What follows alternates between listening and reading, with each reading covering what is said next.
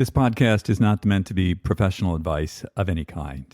It is meant to be informative and entertaining. If you make any changes to your life, see the appropriate professional before you do so. What kind of super ager are you? Go to ageist.com/quiz. Take the super ager quiz, and we'll send you directed, personalized information to help you super age the best that you can. Welcome to Super Age. My name's David Stewart. I am the founder of Ageist and your host on the Super Age Show. We talk about how to live healthier, how to live longer, and how to be happier. And who doesn't want that? Today's show is brought to you by Inside Tracker, the dashboard to your inner health. Go to insidetracker.com/ageist. Save 20% on all their products. Today's show is also brought to you by SRW.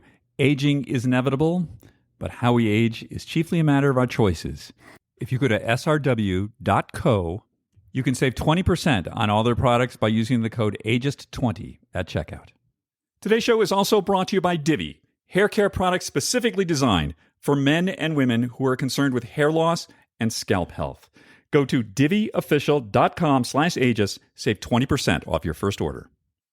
Hey everyone, welcome to episode 160 of the Super Age Podcast. It is great to have you with us. This will be dropping on November the 15th, 2023. Today on the show, we've got multi-talented author Chris McDougall on the show. And we're going to talk about his thoughts on what it means to be a hero, how to support community. We're going to talk about running. We're going to talk about food and diet.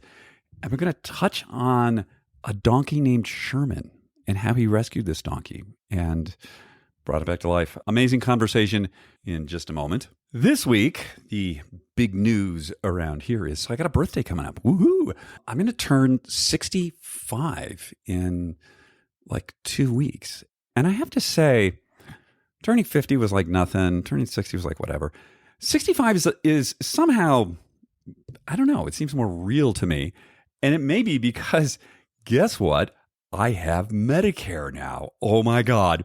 All right. So I'm going to just tell you a quick history of my Medicare thing. So you're eligible for Medicare in the month of your 65th birthday. So my birthday is November 28th. I was eligible on the 1st. And you can start like the whole process, I don't know, like 6 weeks ahead of time. So I did. And figuring that, this would take a little longer than expected. And it did, because there were a couple of screw ups on my part. And, like Medicare, there's this whole alphabet soup to the thing that, I sort of read through all this stuff and I tried to understand it. And then I just hired somebody. I just hired this consultant. And I said, listen, like, this is my circumstance. What do I do? And she was great. She's like, oh, here, this is how you do A and B. And, the other sort of supplemental thing, I think I've got Part G or something. And then she said, this is the drug coverage you want. And boom. Done. And let's talk about the financials on this. My previous health insurance through United Healthcare was a little over $1,200 a month with a $6,000 max out of pocket, which I went through because of my knee surgery. So that was a little expensive. Now with Medicare, I have like the gold-plated Medicare because I'm just like tired of dealing with the 80-20 deductible, all this. I don't want to hear it. I just want to go in, take care of me and whatever. So all in on that, $560 a month. So what's that? That's about a $700 a month savings. And then the max out of pocket, I forget exactly what it is, but it's like under $1,000. So yeah, go Medicare. I had no idea. I just didn't know anything about it. And I thought, oh my God, this is going to be horrible. But so far, it's fine. And, I checked with all my docs. They're like, yeah, we take Medicare. It's cool. And the drug stuff, yeah, it's all the same. It's fine. I haven't used it yet, but everything I can tell, the government has been great, super easy to deal with. The insurance company, incredibly responsive. Very different than United Healthcare. And I think the reason is, the government's got them by the throat and said like, hey, don't mess with old people with this Medicare stuff. You got to do good.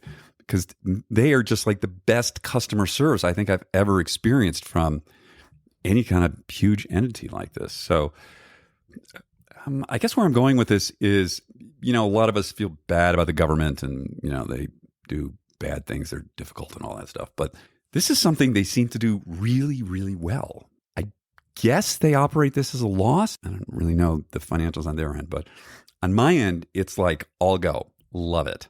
Today's show is brought to you by SRW Laboratories. Out of New Zealand, their vision is to extend human health span. SRW Labs curates the very latest in science and research to formulate premium nutraceuticals that support your cellular health, especially as you age. Working with their scientific advisory board, they seek to understand and address the causes of aging at a cellular level, providing support across 12 bodily systems with an approach that is unique to SRW. They know that doing one thing well, such as eating healthily, won't have the desired effect on your health. This is why SRW seeks to educate people on the factors that influence aging and, more importantly, biological age. Use the code AGEIST20 at checkout and save 20% off any order. Go to srw.co, not .com.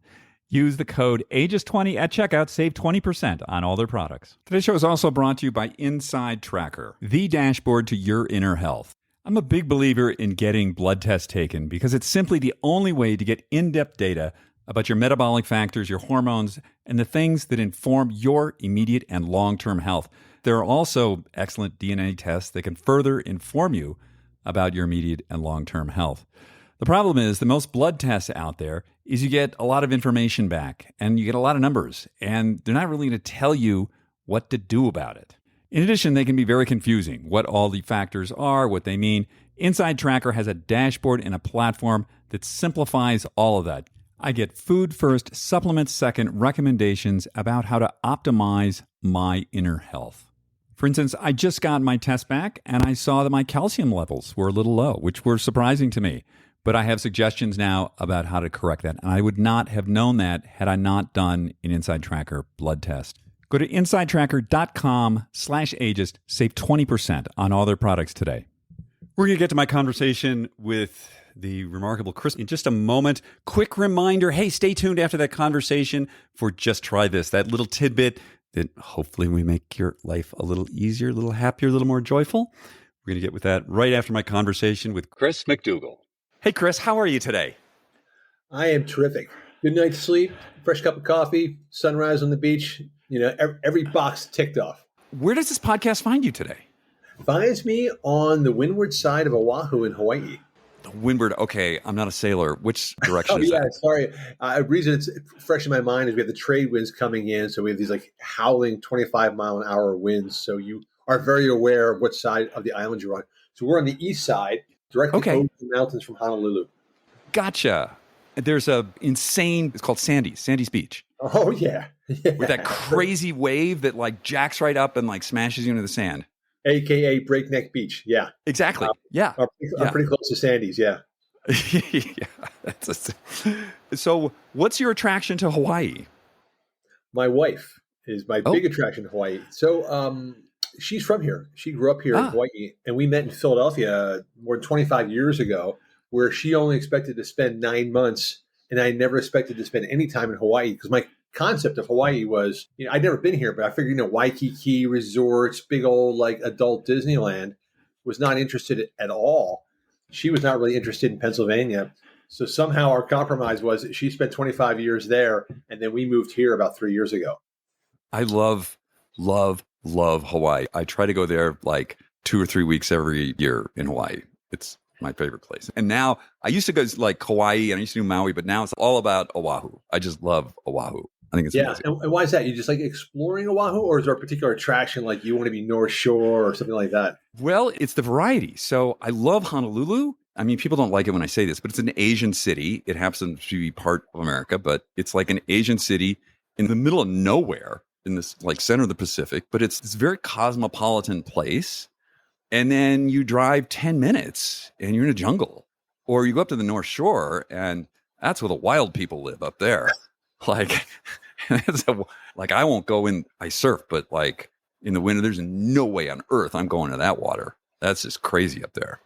I think you nailed exactly the attraction for me as well. So the first time my wife brought me here, I was resisting like crazy. Like, why don't you go? I'll see when you get back. And we finally came. And she was smart enough to take me over the mountain into where she grew up, actually, Kaneohe, Kailua. You leave the airport, and within 10 minutes, you're in the middle of a mountain, and it's rainforest on either side. And you're on the top of the mountain, then coming back down over Kaneohe Bay. And again, in less than the space of a half an hour, you feel like you're on a completely different planet. And that's what attracted me. And then the same thing, I can actually hop on a moped. I got a little electric moped, and there's a beach called Makapu'u that I can reach in 20 minutes. It feels wild, savage, like undiscovered. And I can get there from my suburban home in less time than it takes me to go to the supermarket to, pick up groceries. Yeah. If I was a billionaire, I'd have a house there. I would just go there all the time on my jet, but I don't. So, yeah. Well, I ain't, but somehow we figured it out. Yeah. Oh, there's so much I want to talk to you about. We share a pet peeve about cushioned running shoes. Yes. I just think they're a plague, but I understand you share this opinion. What's worse than a plague? I think a plague is being too kind, too kind to the running shoes. Oh, okay.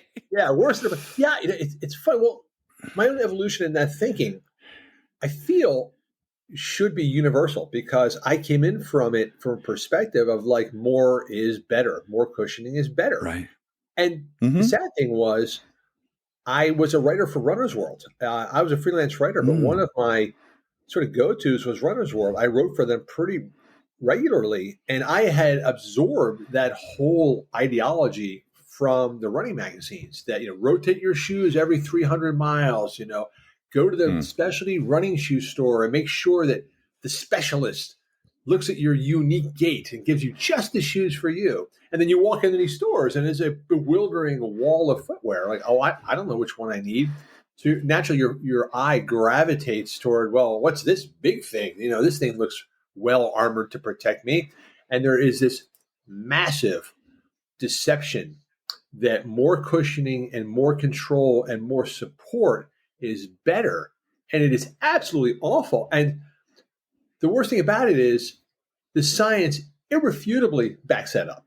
If you talk to any biomechanist about this, they're like, yeah, an arch support does nothing but weaken your arch. If you have an arch on a building, a basic structure of architecture is an arch. Why? An arch is a load supporting design. It loads from the top down. You put something underneath an arch, it weakens the arch. So I could do an entire TED talk right now with a whiteboard about this. But from my perspective, I was a freelance writer, did a lot of work for Runner's World, was on assignment for Runner's World in Mexico, where I spent time with the Tarahumara Indians who run in homemade sandals. And I'm meeting guys in their 70s and 80s, men and women, who are just flying up and down these steep canyon climbs in a thin pair of rubber tied onto their foot. And that was my question, was how are these guys still moving at 80 without busted up knees and hips and arthritis in these crappy old shoes? And then I realized they are moving in their 80s because of the crappy old shoes. Yeah, that's right. I find we tend to deal with people over 50, and there's this insanity out there about as you get older, you want more cushion in your shoes. Phil Knight launched a shoe partially involved with, which I can't say that too loud because they'll cut my head off, called the Cruiser One, this huge cushiony thing. And it's like putting mittens on your feet. It just knocks out all the sensation at the bottom of your foot. And as you get older, balance is a really big thing. Well, what's the main input of balance is the nerves at the bottom of your feet. And if you put those to sleep, or you've got these big cushiony things. So yeah, I started when I'm in the gym, everything I do is barefoot. I'm barefoot in my house. I do wear shoes outside, but I try and wear the least cushy, hardest thing I can find. That just works for me. I think it works for everyone. And what's the first thing everyone does when they get home? They take their shoes off and go, I'm so glad these things are off my feet. And like you said, yeah.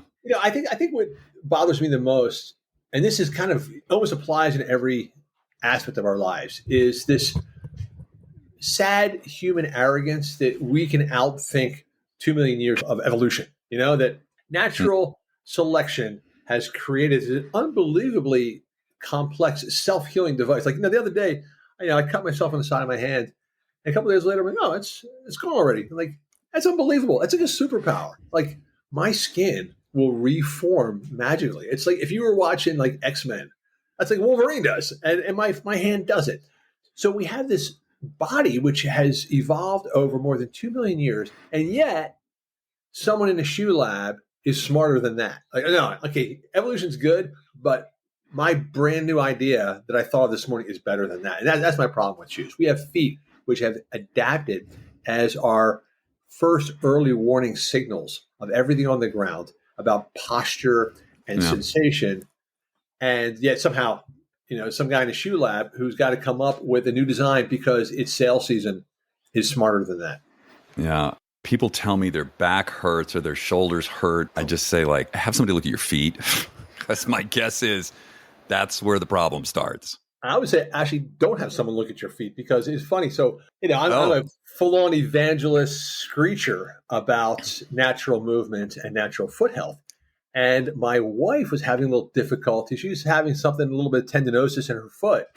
And she actually went to see a podiatrist. And she walks through the door, and on the wall is an entire array of devices, arch supports and cushion insoles that they're selling. And that's the first thing the doctor started talking to her was about orthotics and cushion this and cushion that. And she came home actually seriously disappointed because what she was hoping for were exercises and movements. And what she got were devices and crutches. And she's like, yeah. It's as bad as I thought it was. And so I was kind of like, yeah, well, that's what's going on out there.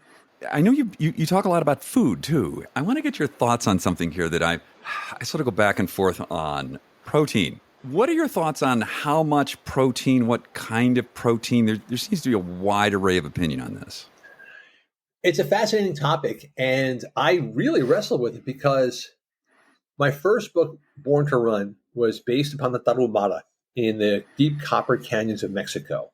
And they are essentially or largely vegetarian. They live on basically, chia and sort of heritage corn product, pinole, and whatever kind of vegetables and root products they can scavenge or harvest down in the Copper Canyons. It's a very hostile environment, and they live on a minimalist, almost exclusively vegetarian diet with the occasional, goat sacrifice on a sort of a regular basis, for holidays. Hey, there's a goat, let's have a goat barbecue. And they are sensationally healthy, fantastic endurance athletes with great quality of life deep into old age.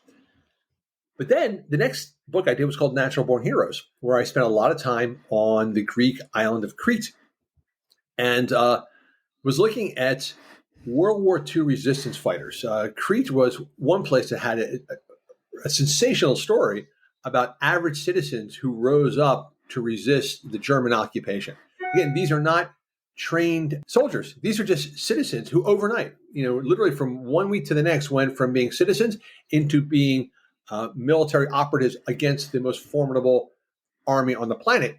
And so my question was, well, how do you do that? Physically, how do you turn yourself into a super soldier? And one of the things I looked at was diet.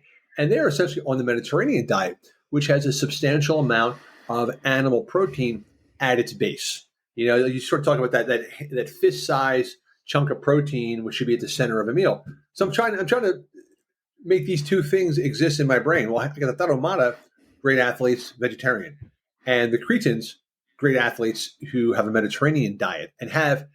And one thing that was important for me about both of these cultures is that these were ancestral diets. It's not some like fad they did for 20 years. This has been going on for hundreds and thousands of years. And where I ultimately landed was essentially where Michael Pollan has been for years, which is eat real food, mostly vegetables, not too much. And that to me, in those 9 words, he sort of summarized what it's all about. We as humans are lucky to be the great bottom feeders of the planet. The reason why we can exist anywhere on planet Earth and beyond is we can do pretty well on anything. If you stick you up in Alaska with the Inuit and you got to eat blubber for a couple of years, you'll be fine. We put you down the Copper Canyon and you're eating heritage corn, you'll be fine. So I think the thing is we have an extraordinarily adaptable digestive system, But for me, where it lands is a mindful approach to eating.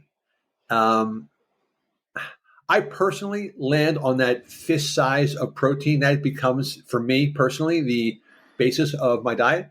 My wife genetically comes from diabetic and hypertension heritage in her family. And so she's cut out meat almost entirely. A little bit of fish on occasion, that's it. And I feel like we're both thriving.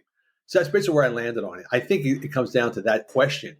I think you cannot really defend meat eating on a moral basis at all. It is essentially, if you want to be crude about it, like cannibalism. It is as offensive a moral shortcoming for us as humans as can be. At the same time, on a day-to-day practical basis, I still indulge myself in a chunk of some kind of flesh, usually fish. And I haven't swapped it out for a substitute. So that was a pretty lengthy answer to your question. But I think the mindfulness and the reduction of the meat intake is where it's at. Yeah. One of the things that comes to mind as you're speaking about these two different cultures is their genetics. So, and their microbiomes may very well be optimized for the food that they're eating. I was in Nepal once, and I remember the Sherpa who was leading my thing, they would eat a dal bhat, which is like lentils and rice, and they would occasionally have a chunk of yak or something, but rarely. And he was telling me he'd come to America for a little while, and he just couldn't like manage the food, and he also couldn't manage the temperatures. Like they don't anything over about 70 degrees for a Nepali is just like intolerable. But I sort of feel like these diets, the sort of blue zone stuff and all that, they're, as you said, they're heritage diets, and the population, the diets are optimized for their genetics and for their biomes. I sort of wonder about these things about when people say like, you know, you should eat the XYZ diet. I think in general, I'm sort of a Mediterranean diet guy, but like I know people who are incredible athletes that consume maybe 60 grams of protein a day, and they're vegetarians, and like I can't do that. I'm not optimized for that. You know, I think, David, too, is that where the big misconception comes is there's a lot of focus on protein and maybe not as much on the high glycemic foods. And to me, that's like the real issue. Oh, and yeah.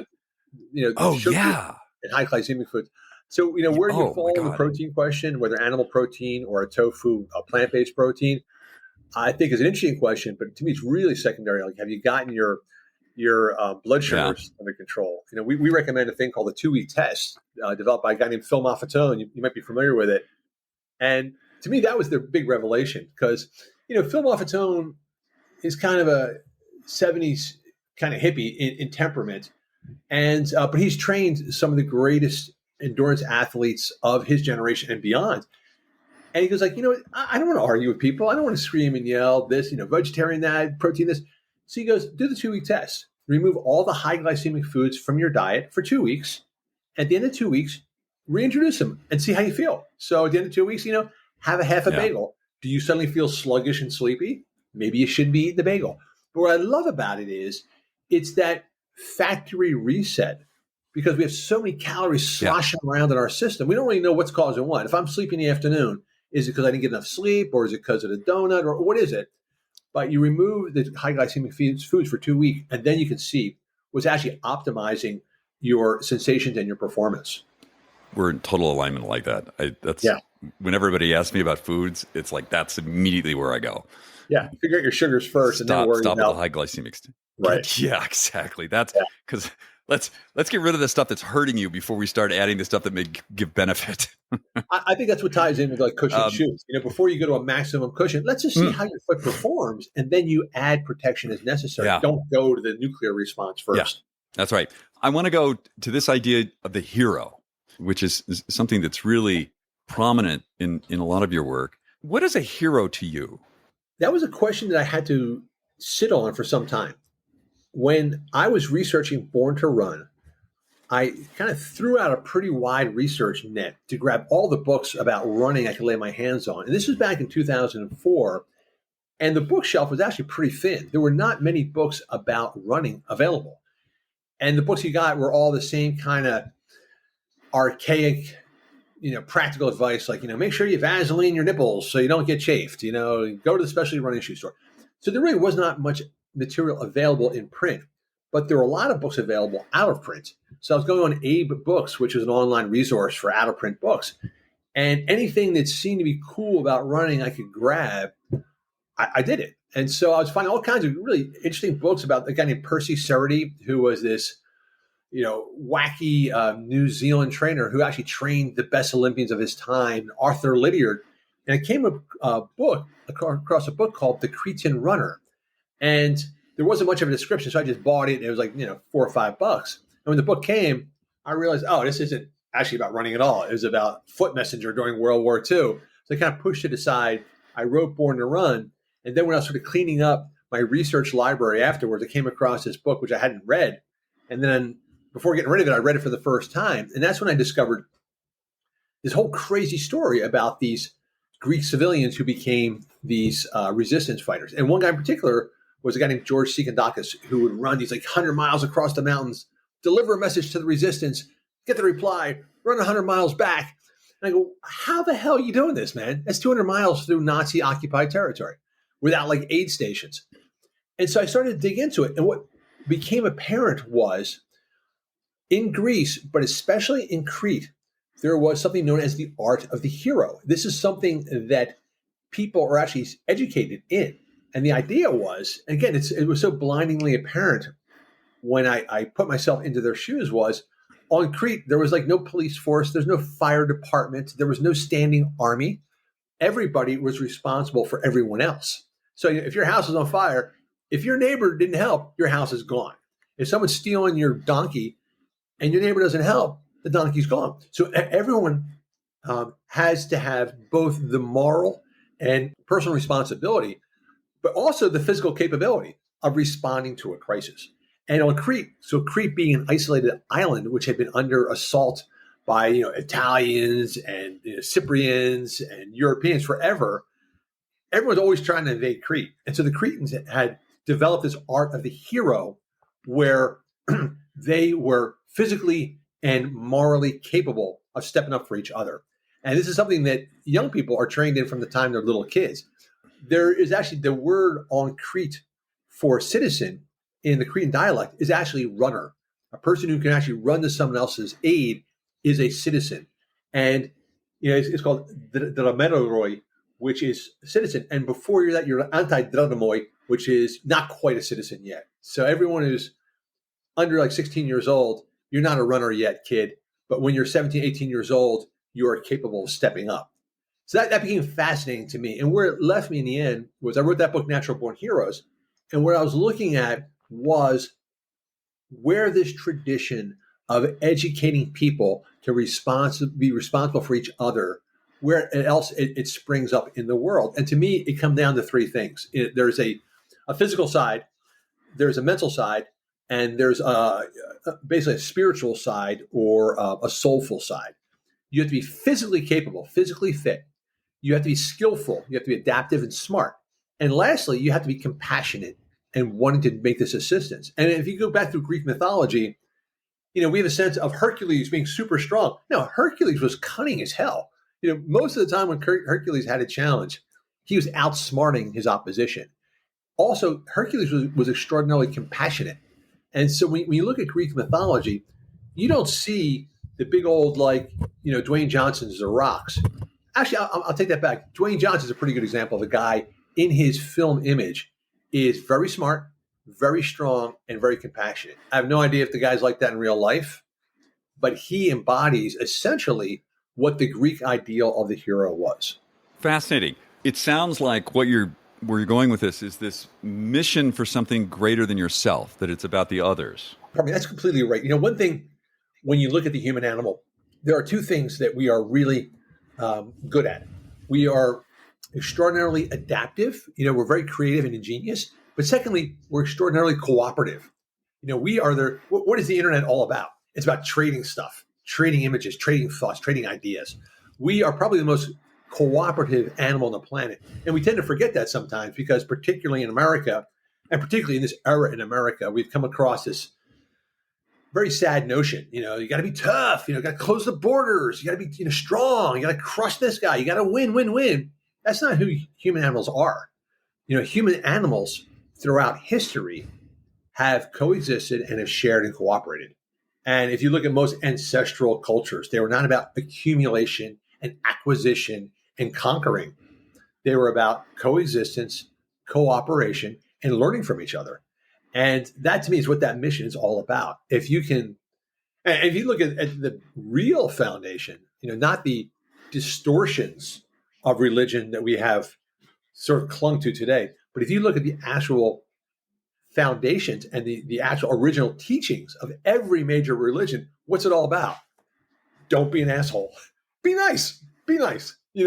I love that whole parable, that was at the root of Christianity, that when the Pharisees come to Jesus and they go, which of the 10 commandments, is number one, to try and trick him. He's like, actually, none of the above.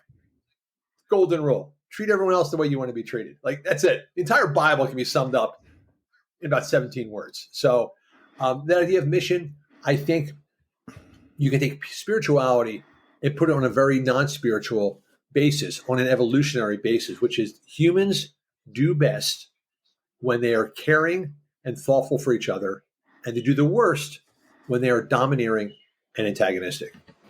So, which brings me to the idea of something probably you and I both identify with.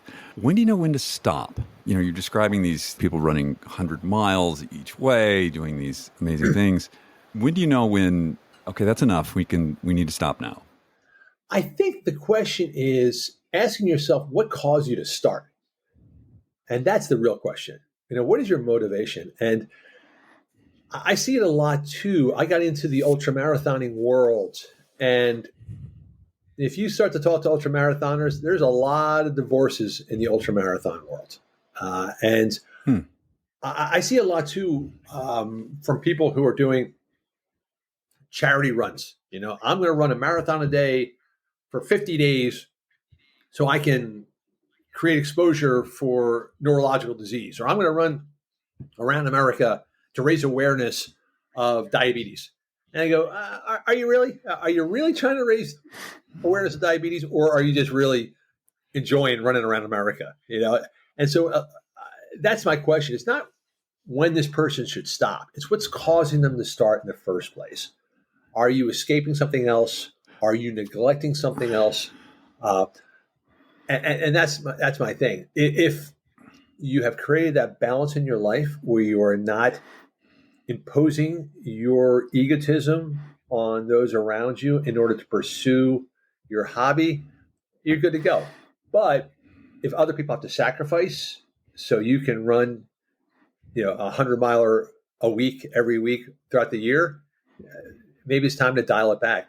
On a physical basis, I don't think there's any reason to stop. If you enjoy it, I'll back it up a second. So I just stopped something very recently. I stopped playing pickup basketball this year, and I thought I would never stop. I thought they had to wheel me off the court in a stretcher. And the reason I stopped, and maybe this is the better answer to the question, is because I realized I'd plateaued on the learning curve. Like, I realized, oh, you know what? I'm not getting better, and I'm never going to get better. Like, I've peaked, right? And I'm as good as I'm ever going to get. And I kind of didn't like it because there's a pickup game that I love here. It's every Sunday morning, 7 a.m. I would be there at 6:30, warming up, good to go. 7 a.m. on a Sunday, I'm ready to go hard. What I realized is if I'm missing a shot, I'm like, oh, okay, next week I'll be back. That shot's back on. And I realized, and it's not back on. Like, that lefty hook, I'm not getting it, and I'm consistently not getting it. And I realized, that's it. I'll probably never get that lefty hook as good as I want it to be. And that was kind of a downer. So I decided to stop playing pickup ball. And my wife was like startled. I just came home and go, you know what? I'm done. She's like, sure you are. That was it. And I think what I decided to do was substitute another activity where I could be at the bottom end of the learning slope. I'd rather start and learn rather than just kind of cruise along, being not as good as I want to be. Boy, do I identify with that. That's how I did with surfing. I surfed like every day for 5 years. And then it was like, okay, that's it. I'm done. Sold all my surfboards. And, I did that with like skating and a lot of it. And my current fixation is master ski racing. which I started last year, and I have a lot of curve ahead on that, but I know that day's going to happen where I just come, and my wife is like used to it. She's just like, yep, one day you're going to walk in and it's going to be all done. Sell the stuff. We're going to do something else. But that's the important thing is you got something in the other chamber ready, locked and loaded. Something else is catching your eye. Yeah. Which brings me to this idea of thinking about doing hard things. So thinking about a thing that's easy to fall into as one gets a little older, which is this idea of like total comfort. So it sort of goes with the sneaker thing, right? Like softer, more comfortable. How can I have less stress, take on less things? And, which is the very softest chair that I can sit in, because that's defined as like the best. When in fact, this is not so great. Talk to me a little bit about taking on hard things. I was at a conference once at Harvard, and I was going to be on a panel with Dan Lieberman, who's a evolutionary biologist, and a guy named Dr. John Rady, who is an evolutionary psychiatrist, and me. And we had a little green room gathering with like the president of Harvard and some other people before we went on stage. And while we were there, this guy, Dr. Rady, whom I'd never met before, kind of puts his consoling hand on my shoulder and he goes, yeah, I imagine academic environments are probably pretty stressful for you because of your ADHD. And I look at him and go, I'm not ADHD. And he goes, yeah, you are. And I go, wow, I was pretty offensive, like thinking to myself. And he just kind of broke it down for me. He's like, I watch you. You barreled through the door. You're 10 minutes late. Your back's covered in sweat. You grabbed like 2 sandwiches. You almost knocked over the president of Harvard. You didn't even see her. You met 4 people in 3 minutes. And I'm like, oh, yeah. Suddenly my life makes perfect sense now. Like, thank you, doctor. But I think what caught my eye about that was that it was this glimmer of something else. Like, oh, hey, if I'm in the car, I'm always looking out the window. Look at that, like, mountain, man. Wouldn't it be cool to go up that mountain, like, just to check it out? Like, or look at that surf break. Like, wouldn't it be cool just to swim out, just to check it out? And to me, I think that the do hard things comes camouflaged in a do fun stuff you haven't tried before. And that's where it is to me. So, if you point me to something like 40-pound kettlebell and say, okay, do 100 deadlifts with a 40-pound kettlebell, I'm like, been there, done that, kind of know what it is already. If I can count it, I don't really want to do it. But if I've never tried it before, like suddenly that's what gets me juiced up. So I think I found the mechanism to keep me on that upward learning curve of just whatever tingles my ADHD and like, hey, man, let me get out of this chair and go run after that. Where it's put me, though, in a practical sense, is that your eye just starts to then seek out those opportunities. So it's not like I'm seeking hard things. I'm seeking new things. I'm seeking like exploratory things. And that's it. Basically, that's the spoonful of sugar with the medicine. Like, I don't think of it as being hard. I think of it as being like kind of cool and interesting and new. That's such an interesting take on this. Is what you're describing is a sort of ongoing beginner's mindset. And then once a certain level of mastery is brought, then it's like, well, my learning curve is not what it was, and I really get off on the learning curve. It's that, right? And a big part of that learning curve is once you've done it, though, it takes a long time before you feel mastery. So yeah, true. So here's an example. So what dovetailed with my abandonment of pickup basketball was a beginning of body surfing. So when we first came to Hawaii, I remember telling my wife, like, oh, you know what? I'm going to like this. I'm a really good body surfer. And she's like, you have no idea what you're talking about. Because I came from like the Jersey Shore, Ocean City background of like body surfing was like, a waist high wave and you plank out and you just slide into the sand. I mean, I'm really good at that. She's like, you're in for an eye opener, my friend. So she took me to Sandy's Breakneck Beach and I'm watching dudes dive into double overhead barrels and there's like no water underneath. I'm like, what are they doing? And, my eyes shot up like, that's cool. So I started to get into body surfing. And actually where I met Drew, our mutual acquaintance who brought us together, was at a place called Point Panic. Like the name alone basically tells the story. And Point Panic is a body surfing only break on Oahu. And it is massive waves which rocket straight toward a stone jetty. And the first time you go out there, like, does anybody actually survive this? Like, what's the mortality rate on this thing? And that became my fascination. So now that I've been in body surfing, I'll look at a wave and I go, oh, cool, I want to try it. Now, once I've tried it, though, the first thing I think of is 15 things I could have done better. If I'd only done this, this, and this. So I want to get back on that wave. Now there's like 20 things I could have done better. So the more knowledgeable you get about the challenge, right, the more you realize how you're underperforming. So to me, that's why that learning slope can go on. It's Himalayan, in its rise, because the better you get, the better you could be. Boy, do I identify with that. Yeah. As you sort of go up that curve from novice to beginner to some level of skill to expert to master to virtuoso, you still realize, like, even if your skill level is awesome, that upper level is where you get to sort of riff on the thing of whatever you're doing. And that's endless. Yeah, I really enjoy that. I can't say I'm like a particular, well, I'm good with the camera. Yeah, I'm like, in that realm, I'm one of those people. But with the physical stuff, no, not yet. Well, that brings one last aspect, too, is that I'm at the point in my career where I feel like I'm pretty skilled as a writer. My tool set is pretty solid for what I do.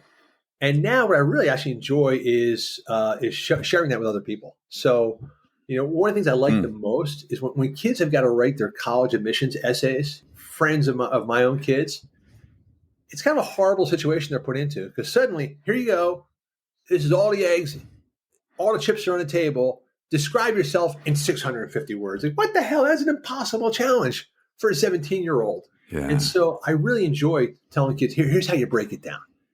Here's your beginning, middle, and end. Here are the things about your life. Right. So once you get to that point, I'm not going to say I'm quite virtuoso. I haven't gotten that 10,000 hours of writing where I feel like I'm a virtuoso, but I feel like my skill set, my carpentry skills are solid enough that I can teach other people how to use the tools. Here's how you let the hammer do the work for you. Don't push the saw. And so with writing, which I feel is probably my strongest asset, that's something that I also get a pleasure out of now, sharing that. Absolutely. The mentoring thing, 100%. Let's talk a little bit about, you did war coverage, conflict journalism. Yeah. I worked for the Associated Press for a bunch of years. Yeah. What motivated you to do that? So it's a good question. And it sort of makes me throw my mind back into my 20s and 30s, where primarily it was the latter.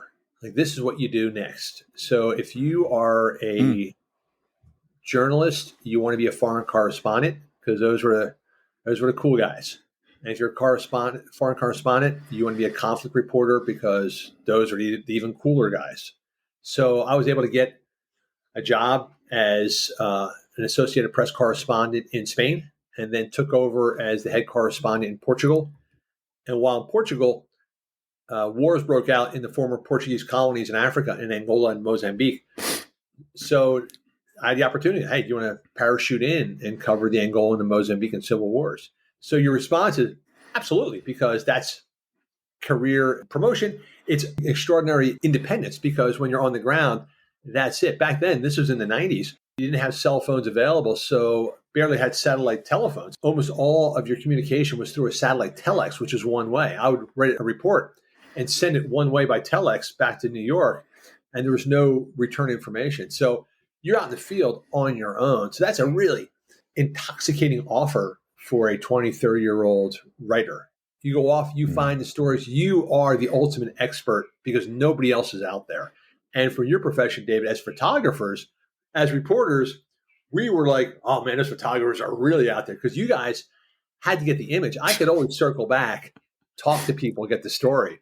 But the photographers had to be on like sort of the spear's tip, where it's actually happening, to get the image. And so as reporters, we used to always be like, man, those photographers, man, they really got it rough, because we were always, quarter mile behind you guys.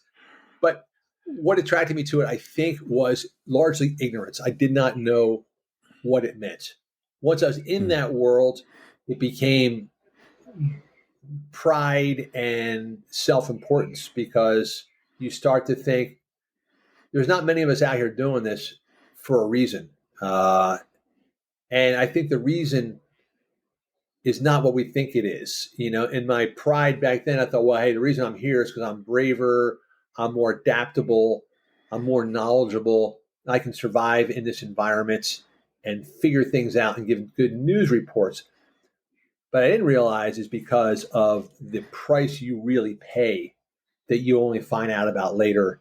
And only now are really people starting to talk about what happens to people who are absorbing a lot of shared human misery.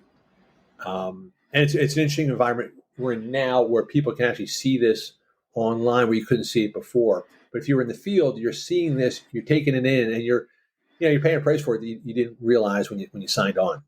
I just want to level set here. I was a photographer at a really high level for a long time.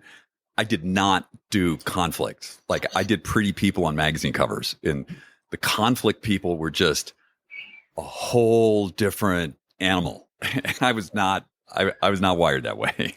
Just to be clear on that.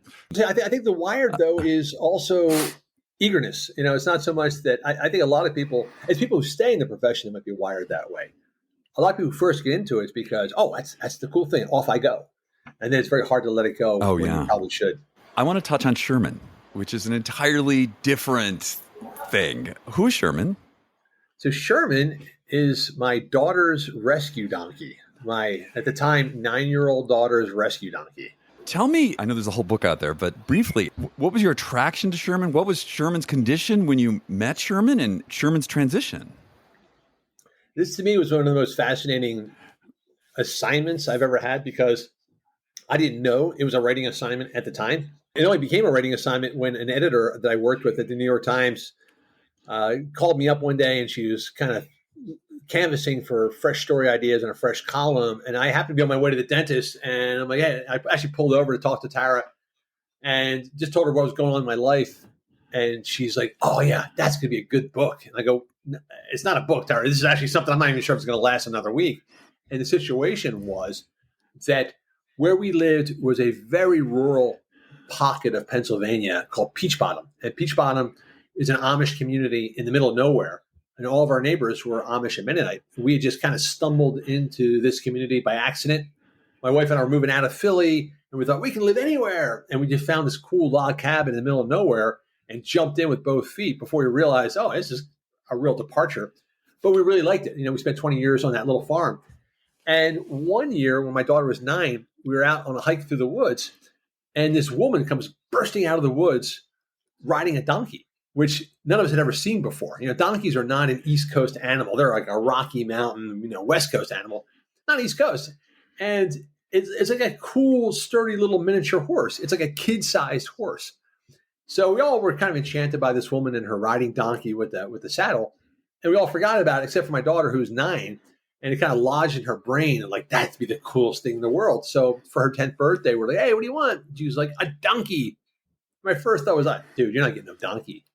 But then I thought, why not? We got the acreage, we got the fences, why not? So we started asking around, and one of our neighbors, a Mennonite farmer, said, actually, we've got somebody we know that has a donkey, and we got to get it out of his hands. He was a hoarder.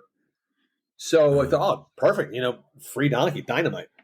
And then when we went to look at it, this was not the charming little galloping, clip-clopping donkey that my daughter was envisioning. This was a desperately sick, neglected animal who'd been locked in a stall for years with hooves that were so like monstrously overgrown that they looked like downhill skis and matted fur and sort of a dead glaze in its eyes. And it was living in a dark, muddy stall.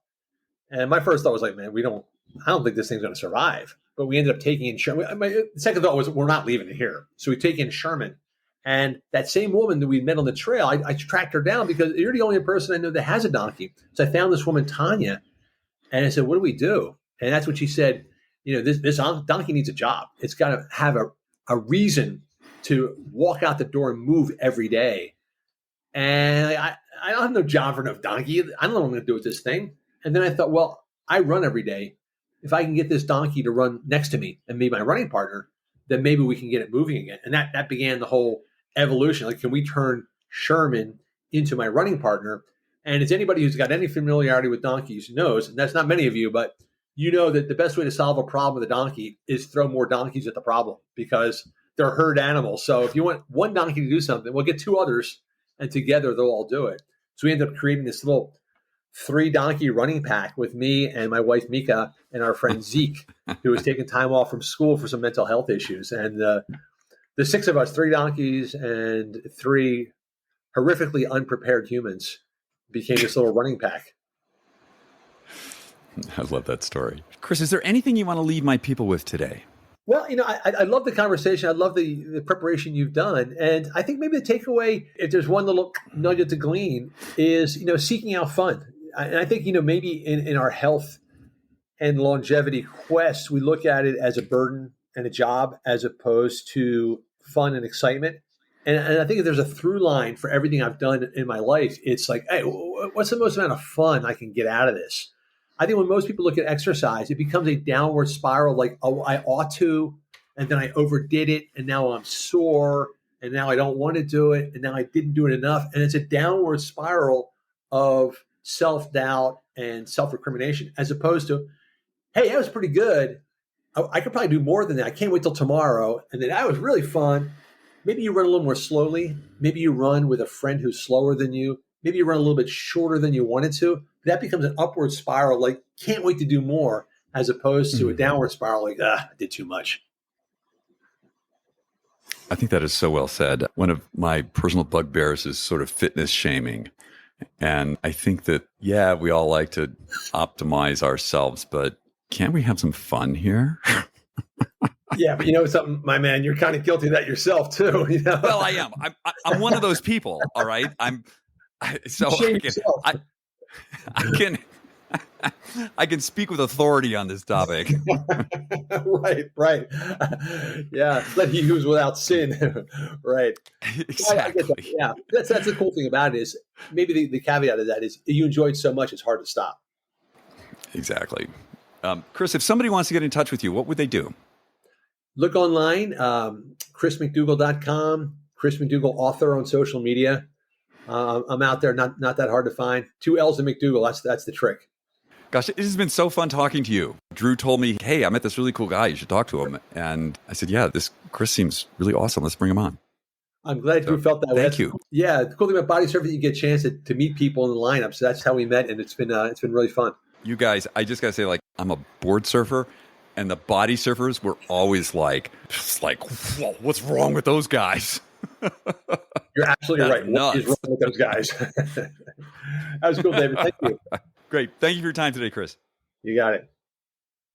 That was a great conversation with Chris. Remarkable guy. He's got a new book out called Running with Sherman. Encourage everyone to check it out. I love animal rescue stories. I'm just a total sucker for that.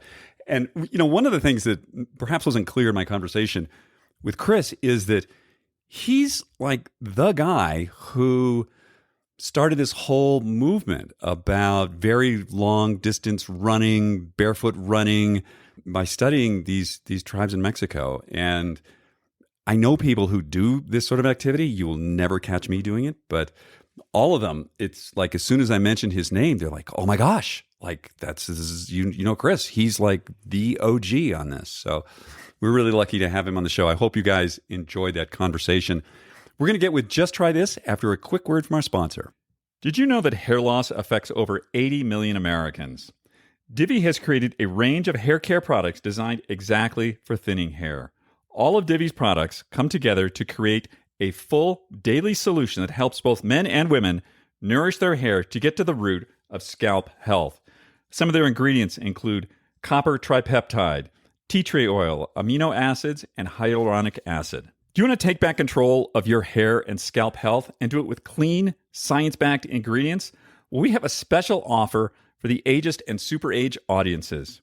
Go to diviofficial.com/ageist or enter ageist at checkout for 20% off your first order. That's diviofficial.com/ageist for 20% off your first order. This week on Just Try This, I got a really simple one. Apple cider vinegar.